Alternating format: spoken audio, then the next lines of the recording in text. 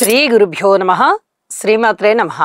మా భక్తి టీవీని ప్రోత్సహిస్తున్నటువంటి మా ప్రేక్షకులందరికీ ధన్యవాదాలు తెలియజేస్తూ 6 జూలై 2025 నుంచి 12 జూలై 2025 వరకు గల కాలానికి రాశి ఫలితాలు తెలియచెప్పుకుందాము.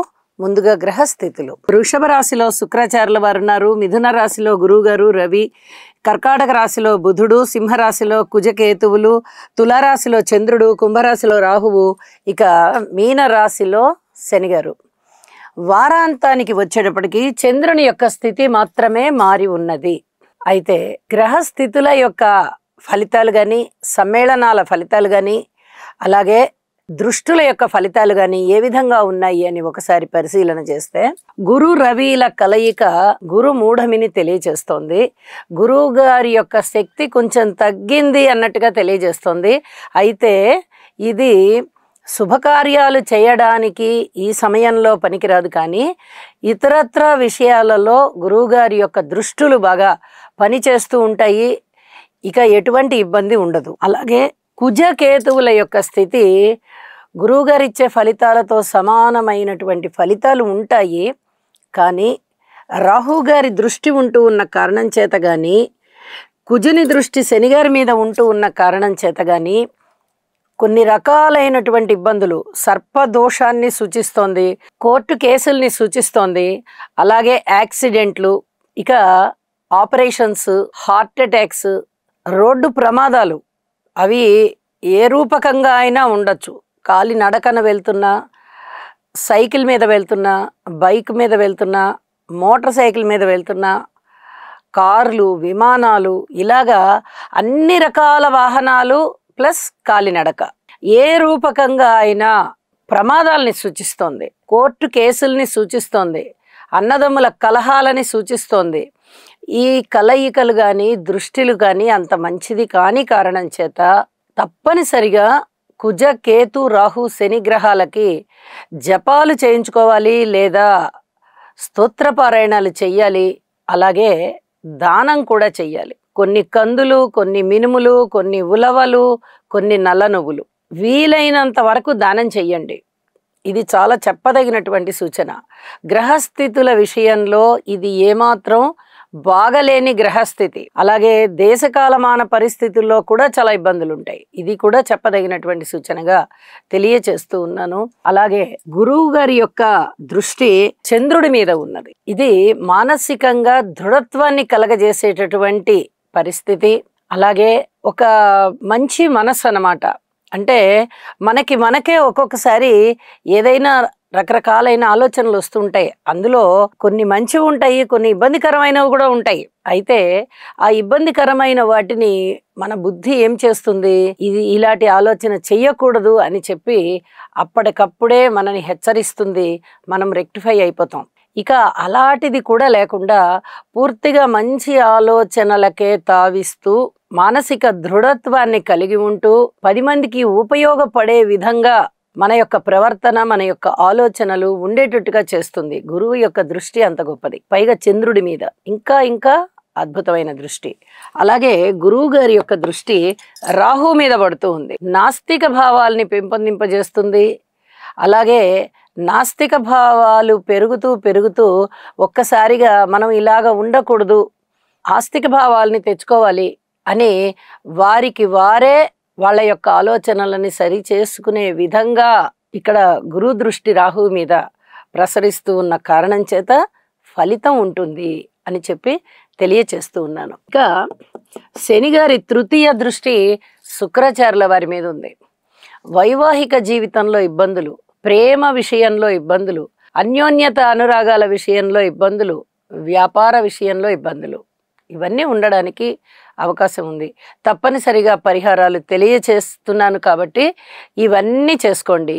ఈ చెప్పినటువంటి గ్రహ స్తోత్రాలు తప్పనిసరిగా పఠించండి. ఇక రాసుల్లోకి వెళ్దాం. కుంభరాశి వారికి 3 గ్రహాల స్థితులు చాలా బాగున్నాయి. ఒకటి, చతుర్థంలో శుక్రాచార్యుల వారు బాగున్నారు, పంచమ స్థానంలో గురువుగారు బాగున్నారు, షష్ఠ స్థానంలో బుధుడు బాగున్నారు. వరుసగా 3 గ్రహాలు బాగున్నాయి. అయితే ఇక్కడ చెప్పదగిన సూచన ఏంటంటే గురుబలం చాలా బాగుంది. పంచమంలో ఉన్న గురువుగారు నవమ దృష్టి చేత చూస్తున్నారు. ఇది అద్భుతమైనటువంటి ఫలితమే. కానీ రాశిలో ఉన్నటువంటి రాహువు కానీ, ద్వితీయ స్థానంలో ఉన్నటువంటి శనిగారు కానీ, సప్తమ స్థానంలో ఉన్నటువంటి కుజకేతువులు కానీ కొంత ఇబ్బంది పెడుతున్నారు. కాబట్టి పరిహారాలు తప్పనిసరిగా చేసుకోవాలి. మీరు పరిహారాలు చేసుకుంటే ఆ పిదప గురుబలం అత్యద్భుతంగా పనిచేస్తూ ఉంటుంది. ఇప్పుడు ఏదన్నా అనారోగ్యం వచ్చిందనుకోండి, నాకు గ్రహస్థితులు బాగున్నాయి కదా, దానంతట అదే తగ్గిపోతుందిలే అని కూర్చోవడం అనేది మూర్ఖత్వం అవుతుంది. అదే ఒక మందు వేసుకున్నట్లయితే ఆ మందు ప్రభావం చేత అత్యద్భుతంగా ఫలితాలు వస్తాయి. అంటే మీ మందు వేసుకున్న దానికి భగవంతుని యొక్క ఆశీస్సులు తోడయ్యాయి అన్నమాట. తోడయ్యి ఇక్కడ అత్యద్భుతమైన ఫలితాలు ఉన్నట్టుగానే ఇక్కడ కూడా గ్రహస్థితులలో అదే మాదిరి పరిస్థితి.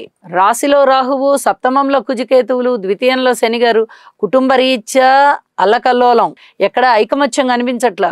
ఒకళ్ళది ఒక దోవ కనిపిస్తోంది కుటుంబంలో. భార్యాభర్తల మధ్య అన్యోన్యత కనిపించట్లేదు. అలాగే పబ్లిక్ రిలేషన్స్ బాలేదు. ఇంకా వేరే ఏదైనా కోర్టు కేసులు కానీ, అనారోగ్యం కానీ, రోడ్డు ప్రమాదాలు కానీ ఇవన్నీ సూచిస్తూ ఉన్నాయి. మరి ఇన్ని రకాలుగా చుట్టుముట్టినప్పుడు మనిషికి మనశ్శాంతి ఉంటుందా అంటే ఉండదు. తప్పనిసరిగా మీరు పరిహారాలు చేసుకోండి. అద్భుతమైనటువంటి మనశ్శాంతి మీకు గురువు గారి వల్ల లభిస్తుంది. ఇంకా వేరే ఆలోచన అక్కర్లా. దైవం మీకు అనుకూలిస్తున్నారు. వెళ్ళి భగవంతుడికి ఫలమో, పత్రమో, పుష్పమో, తోయమో అన్నట్టుగా ఏదో ఒక విధంగా వెళ్ళి భగవంతుని ఆశీర్వచనాలు తీసుకోండి. అవి ఇచ్చి ఒక స్తోత్ర పారాయణ చేసి, ఒక దానం చేసి, ఒక ధర్మం చేసి, ఒక పూజ, హోమం, జపం ఏదైనా చేయండి. ఒక అభిషేకం మీరు ఏదో ఒకటి చేయండి. భగవంతుడా నాకు ఈ రకమైన కష్టం వస్తోంది, నాకు తగ్గించు అని చెప్పండి. ఈశ్వరారాధన చెయ్యండి. గురువు అనుగ్రహిస్తారు. ఈశ్వరుడు వేరు, గురువు వేరు కాదు. విష్ణుతత్వం వేరు, శివతత్వం వేరు కాదు. రెండు తత్వాలు ఒకటే. ఇక్కడ ఈశ్వర అనుగ్రహం పొందడానికి ఈశ్వరుడికి అభిషేకం చేస్తుంటే గురువు వచ్చి మిమ్మల్ని రక్షిస్తారు. అంత గురువే సర్వలోకానాం అన్నట్టుగా ఇక్కడ మీరు ఏ భగవంతుడికి ప్రార్థన చేస్తున్నా, పూజ చేస్తున్నా, అభిషేకం చేస్తున్నా, అర్చన చేస్తున్నా గురువు వచ్చి ఆశీర్వదిస్తారు. అంత అద్భుతమైన ఫలితాలు ఉన్నాయి అని చెప్పి తెలియజేస్తున్నాను. అన్ని అంశాలలోనూ మీకు భగవంతుని యొక్క ఆశీస్సులు ఉంటాయి. ఓర్పు కలిగి ఉండండి. పూజా పునస్కారాలు చేసుకోండి. చాలా అద్భుతమైన పరిస్థితి. వారాంతంలోకి వెళ్ళేటప్పటికీ వ్యయస్థానంలోకి చంద్రుడు వచ్చారు. ఎలా మరి కొంచెం మానసికమైనటువంటి దిగులు, వైరాగ్యం ఇలాంటివి ఉంటాయి కదా, అన్నిటినీ గురువుగారే చూసుకుంటారు. అన్నిటికీ ఆ శివుడే చూసుకుంటాడు. భగవంతుడు అంతా ఒక్కటే, సర్వత్రా వ్యాపించి ఉన్నాడు. మన పనులలో ఆటంకాలు కలుగుతూ ఉన్నప్పుడు భగవంతుడా నువ్వే దిక్కు అనడమే మన శరణ్యం, మన విధి, మన కర్తవ్యం అనుకుని ఒక నమస్కారం చేసుకొని మీ ప్రయత్నాలు మీరు చేసుకుంటూ వెళ్ళండి.